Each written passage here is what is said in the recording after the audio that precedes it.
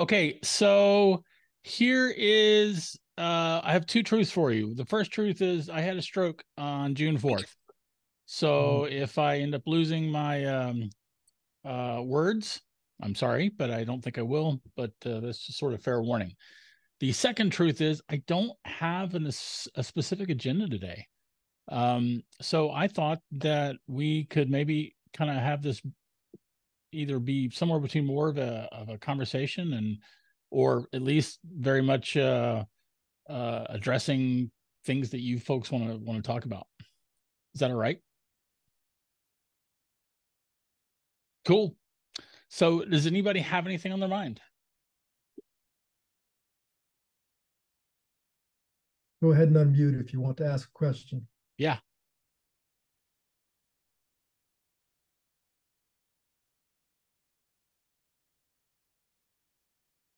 Well, going what we just discussed on that UBC change, for the iPhone, what do you see for the longer term implications of that based on where you are?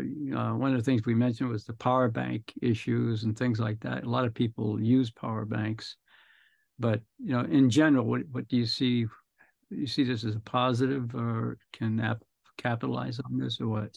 So we're talking about the change to USB-C Yeah. period. Well, to on it's on the iPhone primarily, but Yeah. and then I, of course Apple's got to probably have to gravitate to everything USB-C. But yeah, I quite frankly am surprised it took him this long. I hated having, a charging cable for my iPad and a charging cable for my iPhone. It just like I, I didn't have a problem with Lightning, but pick one and stick with it is kind of my take on this. Um, so I, for one thing, it was inevitable that they would move the iPhone to it once they moved the iPad. But again, I'm surprised that it took as long as it did for Apple to do it. I certainly expected it to be last year at the latest, and it wasn't. And it's like, but then it did happen this year, so it's good. And remember that driving this is the European Union's heavy focus on you know consumer convenience, and the European Union wasn't concerned with all. I mean,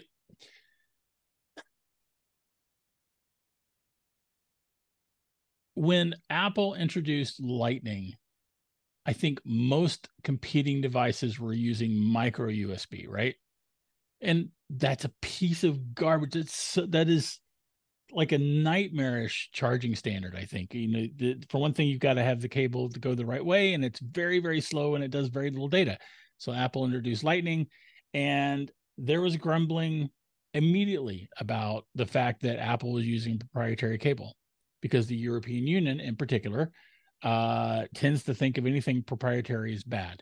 Now, I agree with that when it's a crap standard, but with Apple's Lightning standard, I did not think that it was crap. And I did not like the fact that the European Union was grumbling about it.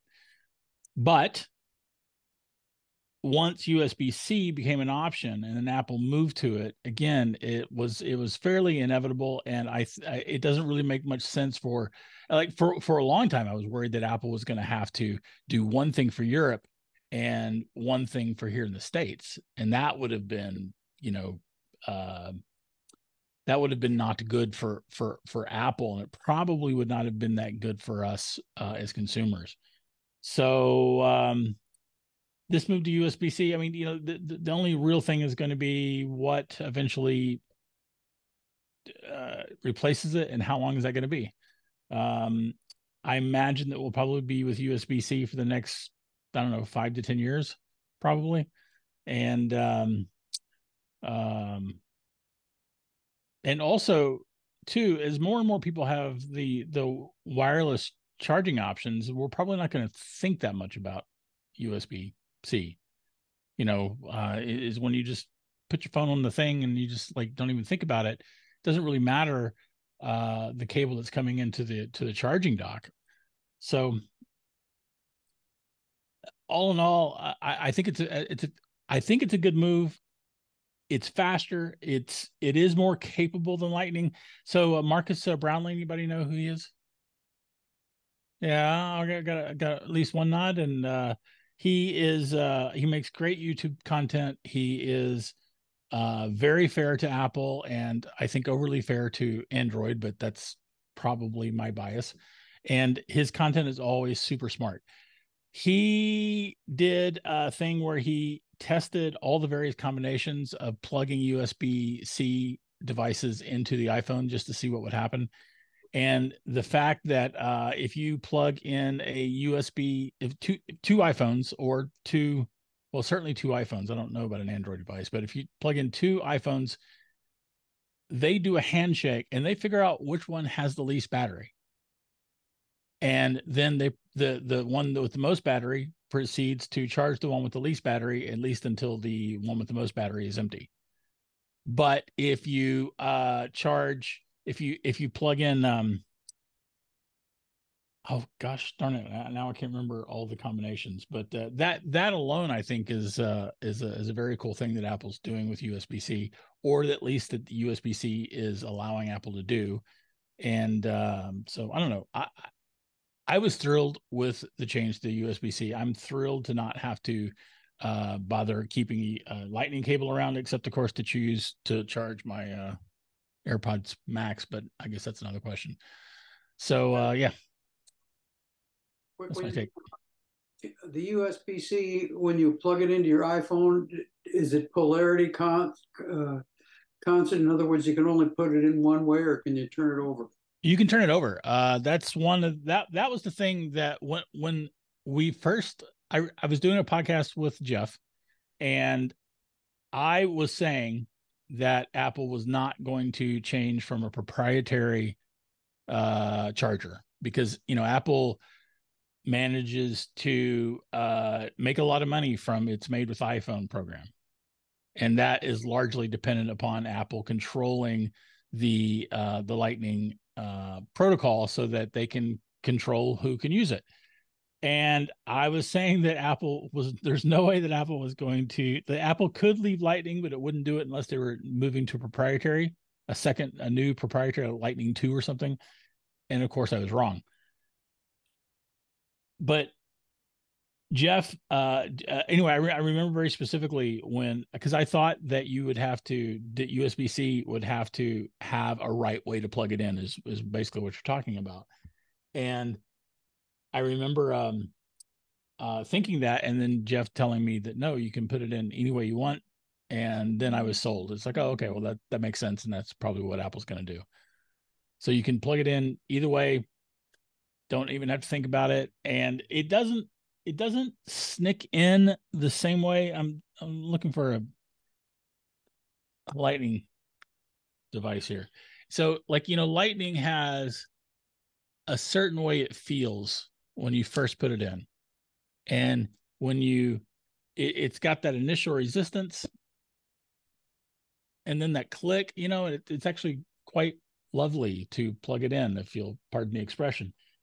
USB-C doesn't have that same sort of level of Apple care to the entire experience of plugging in your device, but it definitely works, and it doesn't cause a problem, and that to me seems pretty good. Yeah, it definitely it definitely feels different than plugging in a Lightning device. And maybe I'm a little obsessive, maybe I'm a little weird, but I'm going to stand behind the fact that plugging in a Lightning device feels pretty good. And I don't think the USB-C. When you buy an iPhone, do they supply a USB-C cable with the? Yeah. Okay. USB-C to USB-C. Yeah. Yeah, and no charging brick, as has been often documented, but it does come with cable. Capitalism at work. Yeah, exactly. Okay, Yes. USB-C, the standard supports optical fiber.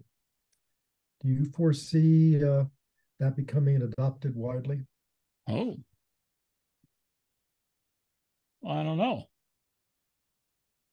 Seems like as far as I know, there are no devices right now that use it.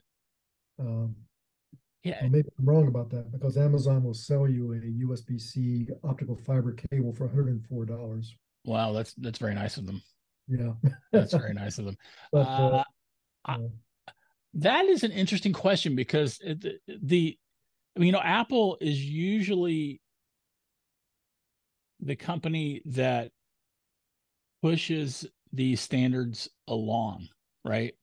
And they might exist, but they don't really become a thing until Apple does it. I think a big exception to that was micro USB. Like, Apple never used micro USB, but the Android world and the camera world and every, all the and sundry device maker industries really latched hold of micro USB. But other than that, I do feel like Apple is the one that pushes this stuff. And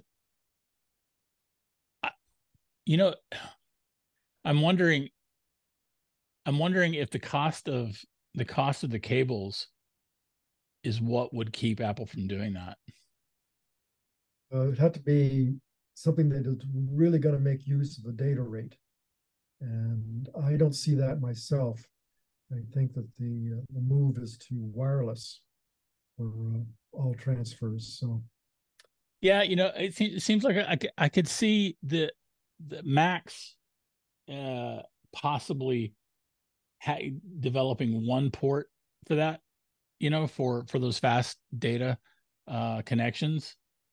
I'm not sure about our iPhones. I haven't thought about this at all, but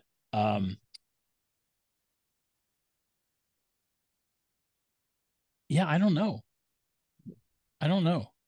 It would be interesting if that happened, but absent some technology that requires large data throughput, that might be just a tech that remains a niche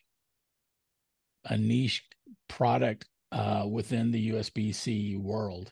But if, let's say, for instance, that we really got something going on with the Vision Pro, or something else that ended up having large data requirements, I could see that pushing something like that. But the more I'm thinking about it, probably not, right? Probably not. it might be a rival to Ethernet. You can do very long cables with the optical fiber. Yeah, So, you can. mhm. But like, I mean, how many houses have how many people are actually doing Ethernet anymore? Well, I have it. Yeah, you do, but you're not very representative Yeah, I know. the world. Mhm. Yeah, I have it as well on my desk. I have Mac Studio hooked up to Ethernet. Sure. Mm. Sure. I imagine that we are probably a disproportionate that we skew the bell curve on those who have Ethernet deployed, especially with the young people. They don't care. They're just Yeah, it'd be interesting to see the customer profiles because I'm sure that, well, not sure, but I think that for a lot of people, the first and only device is an iPhone, and that might be followed by an iPhone plus a watch, and a very small number will have iPads, an even smaller number will have desktop computers. Um, generally just the creative types will be using the desktop. yep. Um, so in terms of connectivity, they're using their iPhone and the cloud, and the port on the phone is only there for charging. Yeah, it's 100% true. Young people are so much more comfortable doing things that I would rather gouge my eye out with a rusty spork than do on an iPhone. And they're like, hell yeah, let's do it. And that's, I mean, which makes sense. And in fact, they will eventually be in our place, and I mean, marveling at what the kids are doing in their day. But yeah.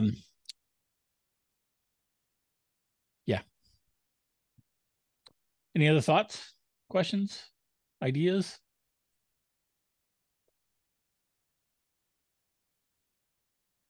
Should we talk about some fun things with iOS 17 maybe? Yes.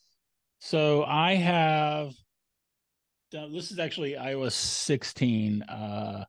I'm super excited about this now that I have to take the meds. You can this Apple added this in iOS 16, but you can track all your medication in the health app, and it's super convenient. It's super easy to set up, and it definitely helps me remember to take my meds throughout the day. And speaking of which, I did. Hey, look, I took my meds. That's great. So, in addition to that, we've got now I'm not going to remember any of the iOS 17 fun things. That's great. Professional, super professional.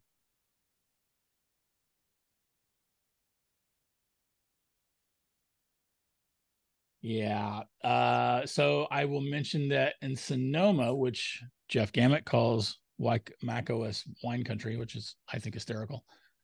Sonoma has the ability to add widgets, iOS widgets, to your desktop and to your notification center.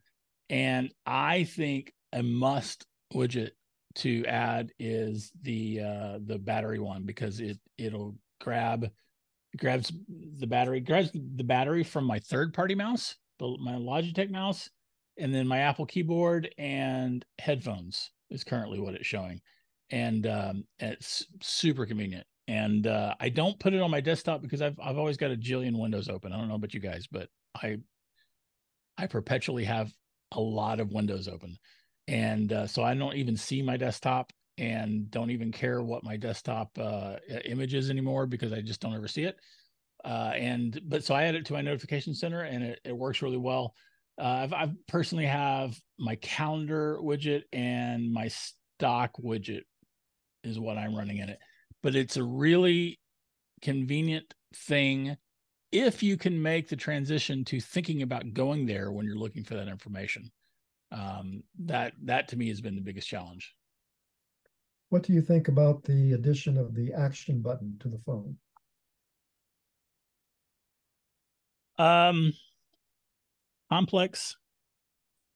Complex reaction to that.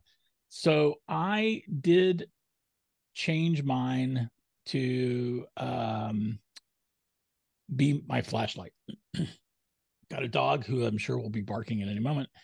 And when we're outside at night and he's got to do his business, it helps to be able to quickly turn on a flashlight. And so I did change mine, but at the same time, I wasn't clamoring for that, because it's easy enough to turn on my flashlight by simply pushing the button that's on the front of your iPhone. So, I feel like the loss of the quick mute button, and specifically the quick mute button with a definite on-off stage, because with this action button, you don't know if it's on or off. I feel like that's a loss. And I kind of wish that, I kind of feel like that's something that Apple didn't need to change. But people that do put one of the myriad of uses that it is capable of to work might end up appreciating it. But definitely that was something that was a feature change in search of a need, I think. Does anyone have a different opinion? No. Huh. Yeah. If you are looking at the iOS 15 and wondering if you need to upgrade, I definitely don't think anyone needs to upgrade if they've got a 14, probably not a 13, maybe a 12, unless you want to, unless you can afford it. So there are two killer features in the iPhone 15 Pro in particular. One is the camera. The camera is definitely a notch up from even the fantabulous camera in the 14 Pro. The other is having more of our Siri stuff handled locally on our device. Did y'all talk about that in the meeting, No. in the news recap? No. Was that? Okay, so the processor in the 15 Pro has enough neural engine cores, sorry, to process more of our Siri interactions on the phone. So they're not having to record anything and send it to Apple. And they're not, it's like it seems like Apple's goal has been to make sure that our data stays with our phone. I think that's been clear for years. I know I've talked about it here before. And one area where Apple has not been able to necessarily do that is when translating our vocal commands to Siri. So what normally happens pre iPhone 15 Pro is that our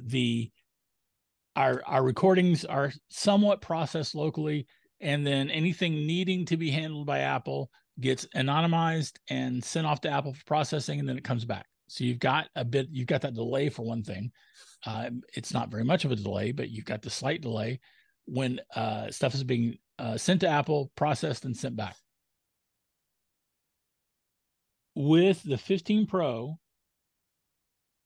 Apple didn't give us any figures, but they say that most of our communication with Siri can be handled directly on the phone. So that means that it's not going to Apple, which is good from a data standpoint. It's also good from a privacy standpoint. Oh, got it tickled in my throat.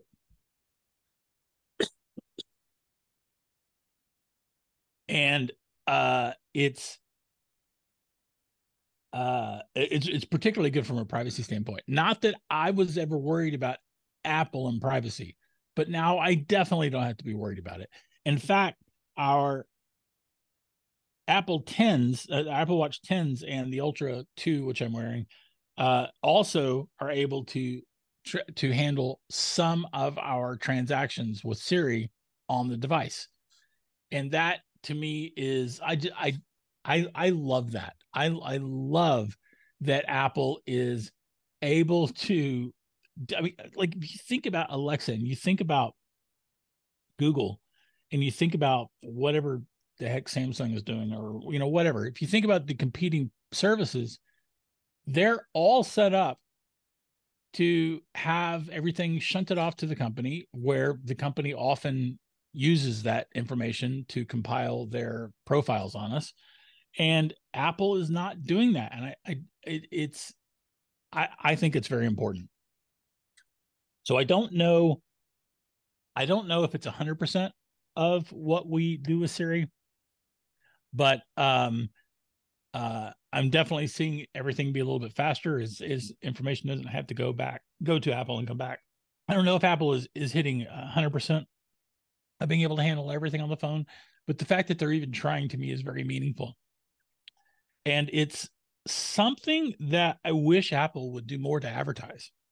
Mm-hmm. And I wish that the mainstream media would do more to talk about. But, as we all know, most people don't care that our devices are listening to us, and that our devices are watching where we go on the internet, that our devices are reading our email, at least, outside of the Apple ecosystem. And they just don't care. And I feel like they should. And I wish that more journalists were talking about this. And I think Apple should be getting these major kudos for being able to do all this stuff on the iPhone. on this little device that's in our pockets. It is such an accomplishment. It's the kind of accomplishment that would make another company, that would like we did this. Oh my God, this we've done this, and we're not going to do anything else for 10 years, and yay us. And Apple does it, and just really hardly gets paid any attention to. And that's kind of frustrating, but I guess when you've done as many awesome things as Apple, I guess that's just what comes with the territory. So anyway, so that's the one thing, and the camera is a huge improvement. The this thing that they did with the lens being able to what are they? I forget what they're doing. They're doing some amazing things with the lenses, and they're using this reflective technology to offer a focal length that is ridiculously big. And again, it's the kind of thing that other companies would be crowing about, and Apple doesn't really crow about it. And I don't know why, but I do know that the pictures that this thing takes are ridiculously good. And but going back to my original point, if you're upgrading from a 14 or a 13, unless you can afford it and want to upgrade, you don't need to. You just don't need to. And I see that tomorrow Apple might supposedly be releasing some processor bumped iPads. 9 to 5 Mac was reporting that. And yeah, go ahead. Perhaps announcing them. Yeah, announcing. Well, so they're definitely not doing a media event, and they might be announced. They actually, wouldn't surprise me if they just made them ready to order, since they're not doing a media event for it. But I don't know. We'll see. It doesn't seem like we're gonna have new iPad Pros this year, and the rumor cycle has already started up for the M3 Max that are supposed to be coming in 2024. So, and this to me is the part of the rumor cycle that means that it's, I'm sure that it's correct. These devices are supposedly in at the point where they're being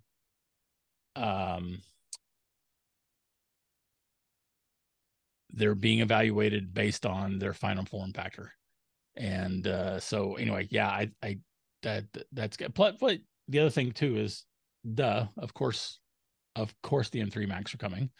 So that's good.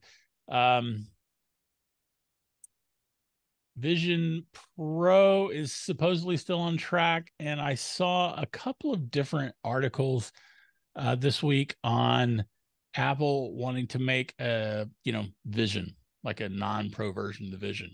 And did y'all talk about this before I came in? No. I did miss the first 6 minutes. Okay, so supposedly Apple is looking for ways to make a cheaper version of the Vision Pro. Of course, it is the Vision Pro, and whenever Apple has a Pro product, they usually have a non-Pro version of that product. I think Logic Pro is probably one of the only versions only things where that's not the case, although GarageBand could be called Logic. So one of the things that Apple is thinking about doing is eliminating the ridiculous amount of technology and processing that they're doing to superimpose our eyes on the outside of the Vision Pro. Do y'all know what I'm talking about? So so I guess these would be like other goggles where it's just no display on the front, and they're also looking at using fewer microphones and less processing power on them, so that they can come in like in the $1,000, $1,500 mark, because apparently that's where Apple sees the mass adoption rates starting. So I I hope that they do, and I think it's going to be great. I will be getting a pair, a set, a Vision Pro. I don't know what do you call it? It's a pair of glasses, right? Well, yeah, I guess you would call it a Vision Pro glass or eyeglass or whatever. But it is interesting, that Apple has put a great deal of effort in keeping the user present in the environment so that people outside can still interact with them and that kind of thing. But I do know a lot of gamers who simply would not even care for that feature. They're going to be concentrating on their game. Of course. Uh, they simply don't need to be present in the outside environment. I would even say that I feel like it's kind of a foregone conclusion that many people using these devices will be doing it alone.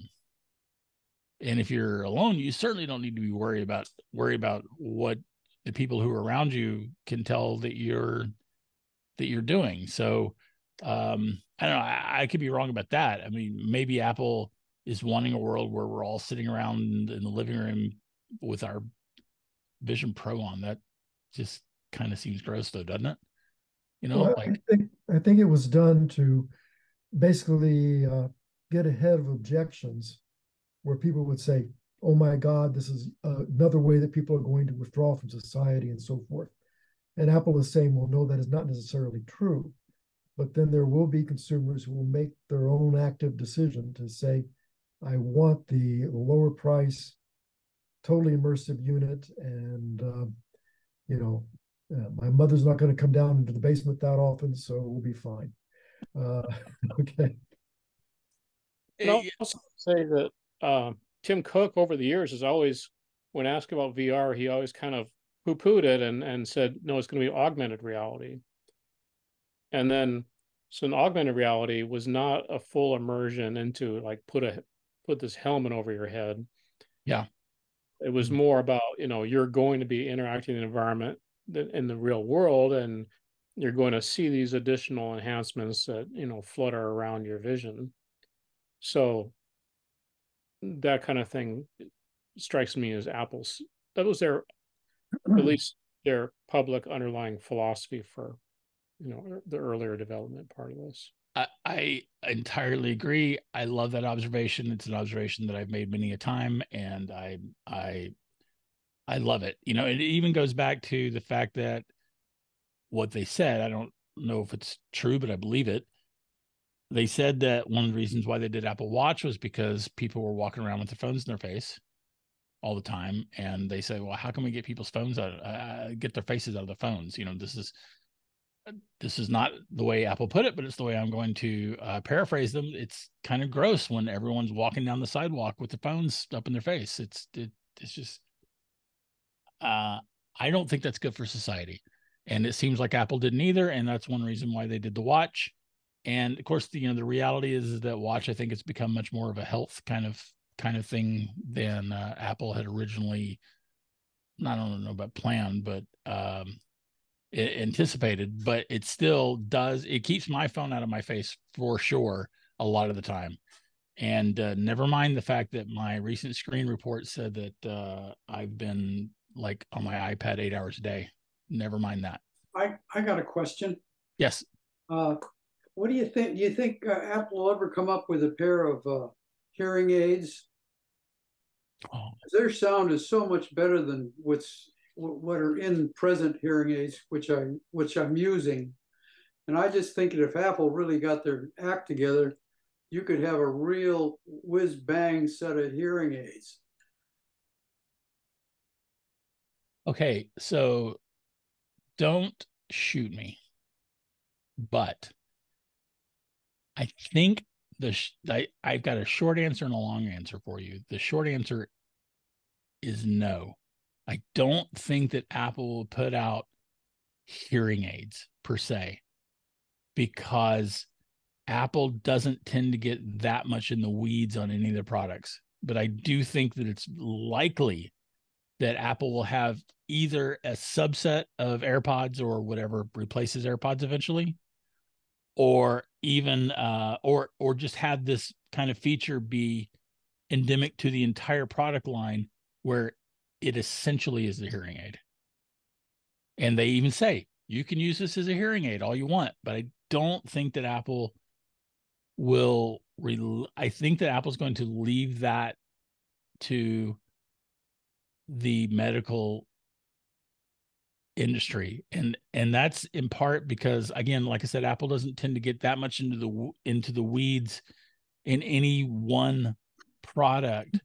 But I also think that Apple would probably be leery of having their brand associated with the medical product like that.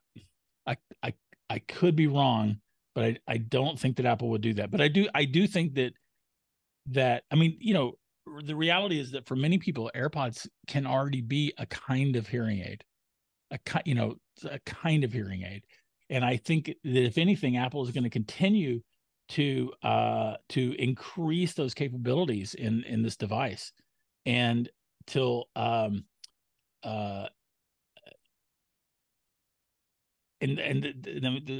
that'll just continue. And if it wouldn't surprise me if within a couple of years, even that for many hearing impaired people, that a pair of AirPods is all they need. I think. Yes, and it's mainly, a question of the software. And I understand that actually exists. And there's no reason you couldn't do a lot of very interesting, well, let's call it tricks with it. For example, for most people with a hearing problem, it's the separation of voices from the jumble of other sounds. And with the vocal filter, it could conceivably just transmit the voices only into your ear while canceling out everything else. And that would be an enormous help. Yeah. So, and with Apple's ability to, again, they are controlling the software and the hardware and everything that they do. But I would imagine that Apple can use machine learning to have AirPods highly triangulate what they're to pick out voices that you're looking at, right? To pick out, when you're talking to someone and you're looking at them, and Apple can say, "Oh, I see you're, I know that you're looking in this direction. I know that there is a particular sound coming from that direction. So I'm going to take that sound and I'm going to particularly highlight it for you." And you wouldn't even have to update the firmware in the AirPods. What you can do is transmit the mic input down to your phone, let the phone app do the processing, and send that back up as audio. So it could actually be nothing more than a completely downloadable app. Yep. Do all these things. Yeah. So I don't think that AirPods would, or anything else that Apple would do, would be a real substitution for hearing aids for people who are severely hearing impaired. I think that's probably going to require dedication from third party the product makers. But I do feel like that there will be a broader spectrum of the hearing impaired who will be able to rely on AirPods to enhance their hearing as we go. And I feel like it's probably already happening, and that I within the next 2 or 3 years at the most, I think we're going to be seeing some advances like that. So that's my take on it. What I did just now is I hopped right onto the App Store on my phone and I turned up about a dozen apps that all are variations of using it as a hearing aid device. So yes, it has happened already. Right. And you know that Apple could do much more than a third-party app maker. And I would imagine that some of those apps are probably bogus, but not all of them. Yeah, I see some pretty good ratings On all of them? Not all of them, but there's a couple here that have good ratings. And That's great. Yeah. yeah, We also kind of get into the area of having a medical device, which has a lot of regulation and certification and That's a good all point. things like that. But well, also you hearing know, problems also what I know of hearing problems is people lose certain frequencies more than others. So what they need often is certain frequencies to be amplified, but more than other frequencies. again, I an think app is perfect for that. what's And that? an app is perfect for doing that kind of thing. Yeah. And I should also mention, you know that recently hearing aids are now no longer under prescription. You can get them over the counter just for the asking. And that may be the reason that all these apps have shown up, because Yeah. they're regulated. Yeah. I also do feel like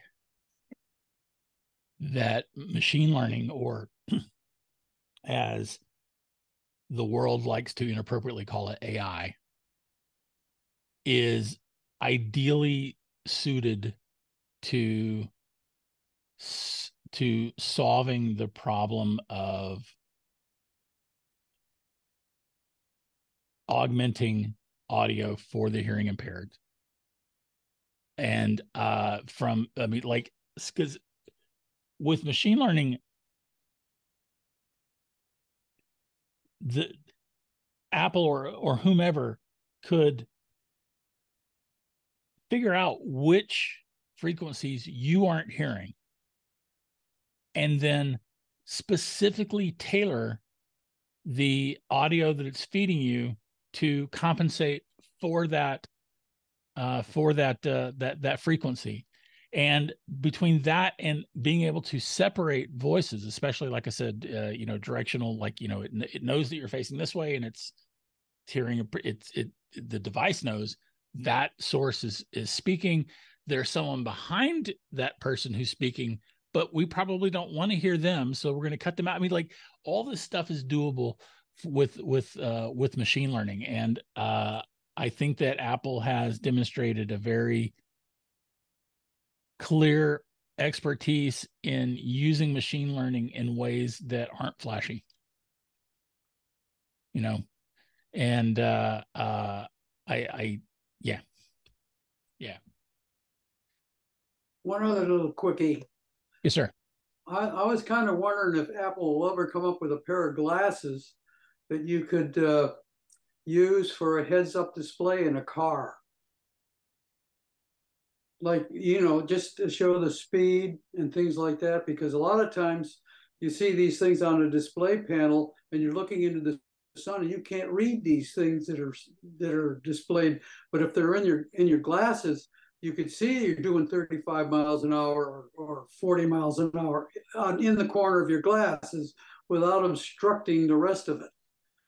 And even going to the point where, if you use your mapping program, it just kind of shows you a little quickie map that says, hey, you're going to go turn right in 500 feet, that kind of stuff. And I was kind of wondering if Apple would ever get into that kind of a deal. Well, so I have very specific thoughts about this, because another time when I was I famously wrong from the standpoint of I'm paying attention to all the times that I'm wrong. I was famously wrong that I didn't think Apple would do goggles. I thought that Apple was going to go straight to some kind of augmented reality glass, some kind of, something like these that was displaying information on our glasses, the kind of thing that we could walk around with and get directions and get the names of the people that we're looking at displayed above their head and stuff like that. And that's not the route that they went. And I'm guessing that's not the route that they went because they probably can't do it yet. And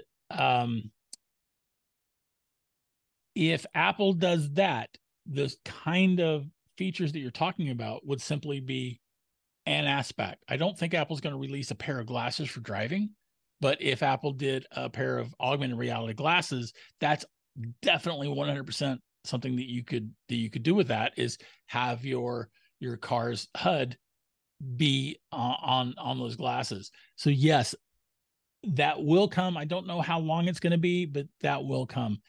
And at the same time, though, I feel like a better solution for that is to have everything displayed on your window, on your windshield. I mean, the cars already do that. And I am sure that if Apple is still working on its car, which I think that it is still working on its car, that's probably a technology that would be included in an Apple car. But I feel like this data kind of needs to stay with the car, because for one thing, like, I don't wear glasses when I drive. I'm farsighted, so I can see far fine, and it's near stuff that I struggle with. So when I'm on my computer display here, I definitely have to have my glasses on. But I wouldn't want to need glasses in my car, because I don't need glasses in my car. But I do want, to your point, I do want that HUD information put on something where I can see it easily. And I think as windshield HUDs become more prevalent, that people will look back as quaint times, these days when we had to look at our dashboard. It's like, oh, can you believe it? You used to have to look down at your dashboard. And there will eventually be a time when we don't have a dashboard, because everything is displayed on the windshield. And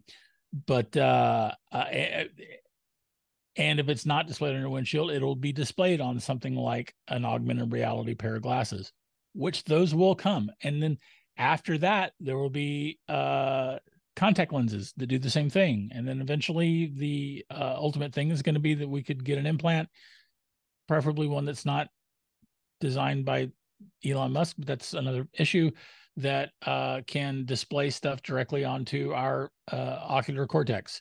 And I mean, there are lots of things to come in this particular field, and I'm kind of excited about it. Anything else?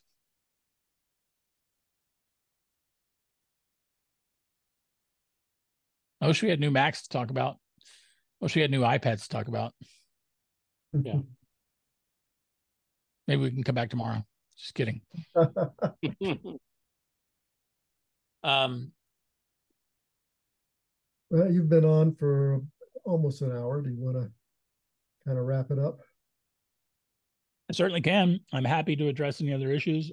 Like I said, I didn't have a specific agenda coming into this, but and if we want to wrap up, we can wrap up too. Okay, so let's just see if anyone has any one or two last questions. I have an issue involving audio dropping on a video podcast in Safari on an iPad Air 3. For many years, I've been watching the tech guys and their predecessor shows broadcast or streamed from twit.tv. And about 3 months ago on the iPad, it would play for about 10 seconds and the audio would drop. And the iPhone 12 that I use, running the corresponding operating system version, it didn't have any problem with it. And I found a workaround solution yesterday. I still don't know what caused the original problem, but they also have a YouTube channel that they stream from. And when I stream it on the iPad from the YouTube channel, it works perfectly. But on Safari, it drops the audio. And I don't know what causes that. Do you have any ideas? No. What version of iOS are you running on that? 17.0.3. Huh. That, no, there's no reason you should be experiencing that. Yeah, and it began, about 3 months ago. So I was on 16 then. Yeah, So and it persisted through the upgrade, huh? yeah. Huh. And it doesn't happen in other apps that, like, No. in particular, the YouTube app works. Yeah. Yes, it works. Huh. But it's when it goes through Safari that it drops. Coming from YouTube, it's fine. And the video keeps playing. That sounds super frustrating. Yeah, it was pretty frustrating, but yeah, I got a workaround anyway. Yeah, that was gonna be my suggestion when you first started talking, is to try the YouTube app. But that I'm wondering if maybe you could delete your cached data on Safari. That would be the only thing I could think of to try. But the fact that it persisted after the upgrade is that's really weird. Yeah. Okay. Well, I appreciate your thoughts on it. Did he ever try a cold reboot? Yeah, I think so, but it didn't help. Yeah, you certainly rebooted when you upgraded it. You might also see if that's just really weird. Yeah, sorry. No. You might also see if you have any extensions enabled in Safari and disable them temporarily and see what happens. Okay. That's good advice. That's a thought. Thank you, Dan. All right. Okay, so why don't we go ahead and thank Brian for presenting today. Oh, I should also mention that I've got a book coming out. I'll be announcing the sci-fi novel I'm just waiting for my website. Once my website is ready to redesign, I'll be doing a cover reveal and stuff. But it's called Accidental Intelligence. It'll be available on Apple Books and Kindle. And so if you guys are sci-fi readers, hit me up. Yep. And we'll be looking for that. Thanks. And let's see, and remind people about your podcast. The Context Machine at contextmachine.io. It's something I do with Jeff Gamet. I'm assuming you folks remember who Jeff Gamet is. I love that man. We do record weekly, and we are not Apple specific from when it was the Apple Context Machine. It's definitely Apple's probably 60% of our content, but we talk about a lot of pop culture and TV shows and things like that too these days. But thank you. I appreciate the opportunity to plug that. Okay, well, thank you. And I'm going to take over the screen now.